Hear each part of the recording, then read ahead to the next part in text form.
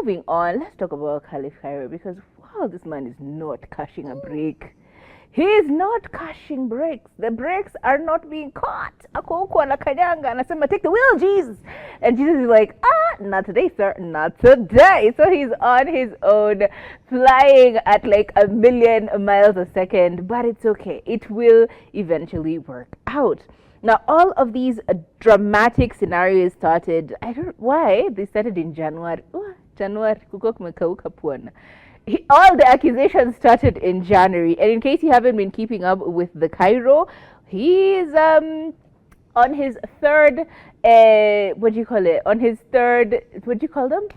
Arrest at this point in time. He has 3 court cases that are on his head, all regarding cars. The first one for a Honda Axela, which was supposed to be delivered in, was it June, July of last year? The second one is for a Subaru Outback, which was supposed to be delivered, I think, towards November of last year, 2024.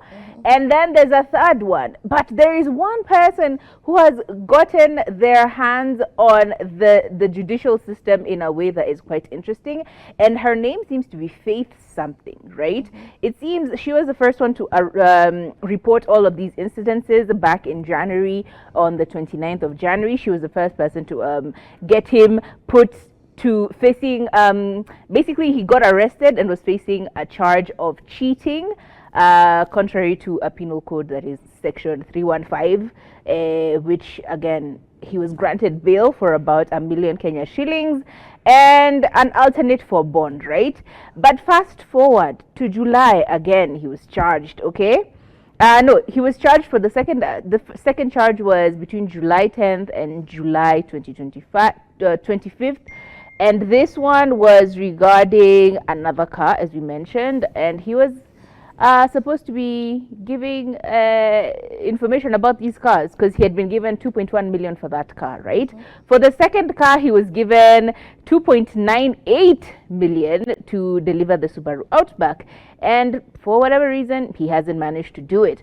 Now, I don't know why or how or for what reason he went online and decided to put a very long post about Faith, right?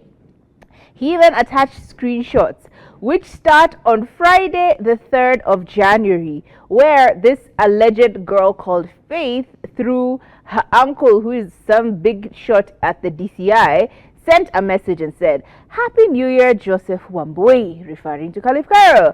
"I really hope that for your sake and your unborn children, you deliver our car. Because as we enter this year, if you do not deliver my Honda Vezel, before the 14th of January, I am going to personally make sure you suffer." And she listed ways in which she would ensure that he was suffering. Number 1, you will be posted on the DCI website as a criminal. This will help in making sure that other people who you've defaulted with the delivery of the cars also come forward. Another reason will be so that anyone who has done business or does business with you knows that you're a criminal. Number 2, I will ensure the bond that you get after being presented to court is equal to or close to the balance of our car, just so I can gauge how dull you are. Number 3, I am personally going to present our story to as many podcasts as possible, starting with the ones that you've already visited and shown your star, i.e. Lynn, Gugi, and Mungai Eve. And she proceeds to say, I will also share all the stories to all the media houses, even the Kikuyu ones, especially the Kikuyu ones. And number 3, and finally, she said, when we are in court, I will be making advance reports about the court days so that the cases are in the public and everyone gets to know exactly who you are. I will also be live on all of my social media. And these were the demands that were made by this person that he's alleging goes by the name of Faith. We're not going to add the second name, but her name is Faith. And apparently, according to Khalif Kairo, he says that Faith is a niece to someone who is very senior within the DCI, and she's the one who's been giving all the screenshots, all the screen recordings, all of the videos, the old footage of him going in and out of court, going in and out of Milimani, all the places he's gone. He's been arrested. All of those places, he says that she's the one who's done it, and he went so far as to say that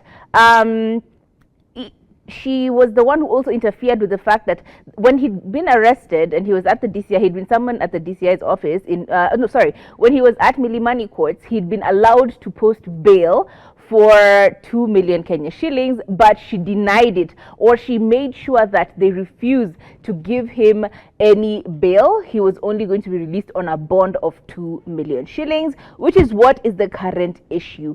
He actually has posted as well on his Twitter/X, where he says 2 million bond again with no bail option.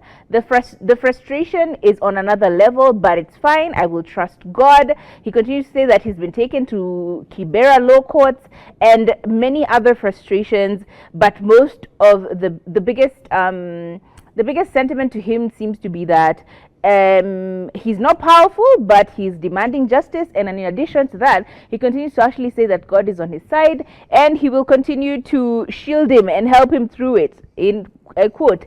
Anyways, in high spirits, we keep praying and we keep building and we stay winning.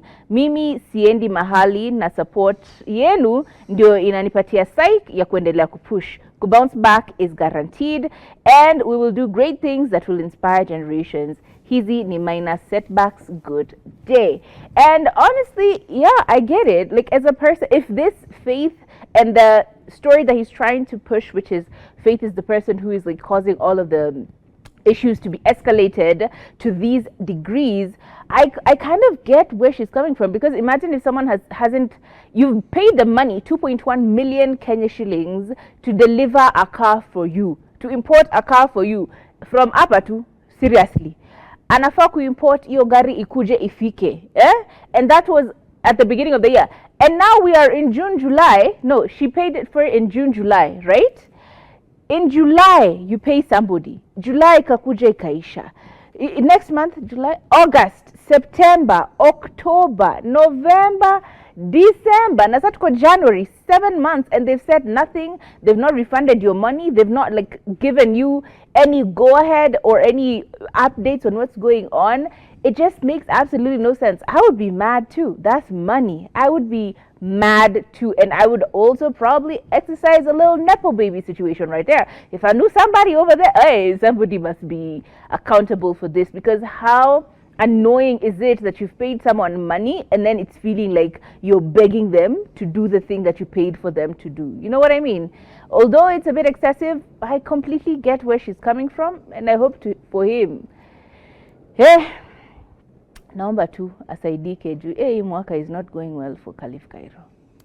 Honestly, sometimes I start to feel bad for Kairo, and then I remember that so he abused people. He did this, you know, like he put himself in this situation.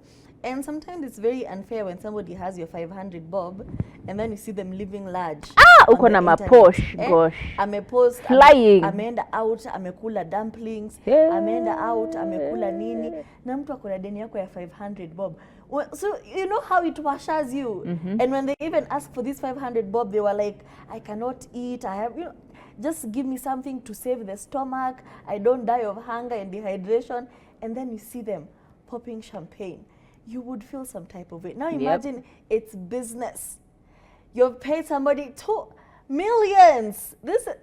It's not small money. It's not a small amount of money. And then you see them mired in controversy. You see them fighting people on the internet. You see them say how their son has a trust fund in the Caymans. And I'm just like, with my money is the one it's giving you confidence to abuse Ombachi.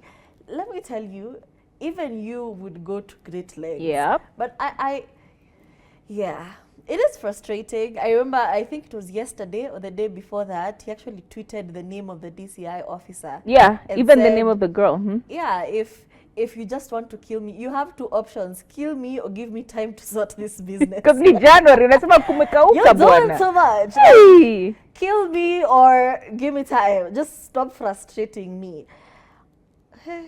Mi sijui ndakutetea aje. Imagine hakuna. Imagine you can't. You can't. And I know it's frustrating. Let's think of this as growing pains. One day you will write a book and you will inspire many. But right now, we're just like, okay, baby. I'm so sorry. It's getting desperado. It's bad. It's okay. It's okay. Yeah.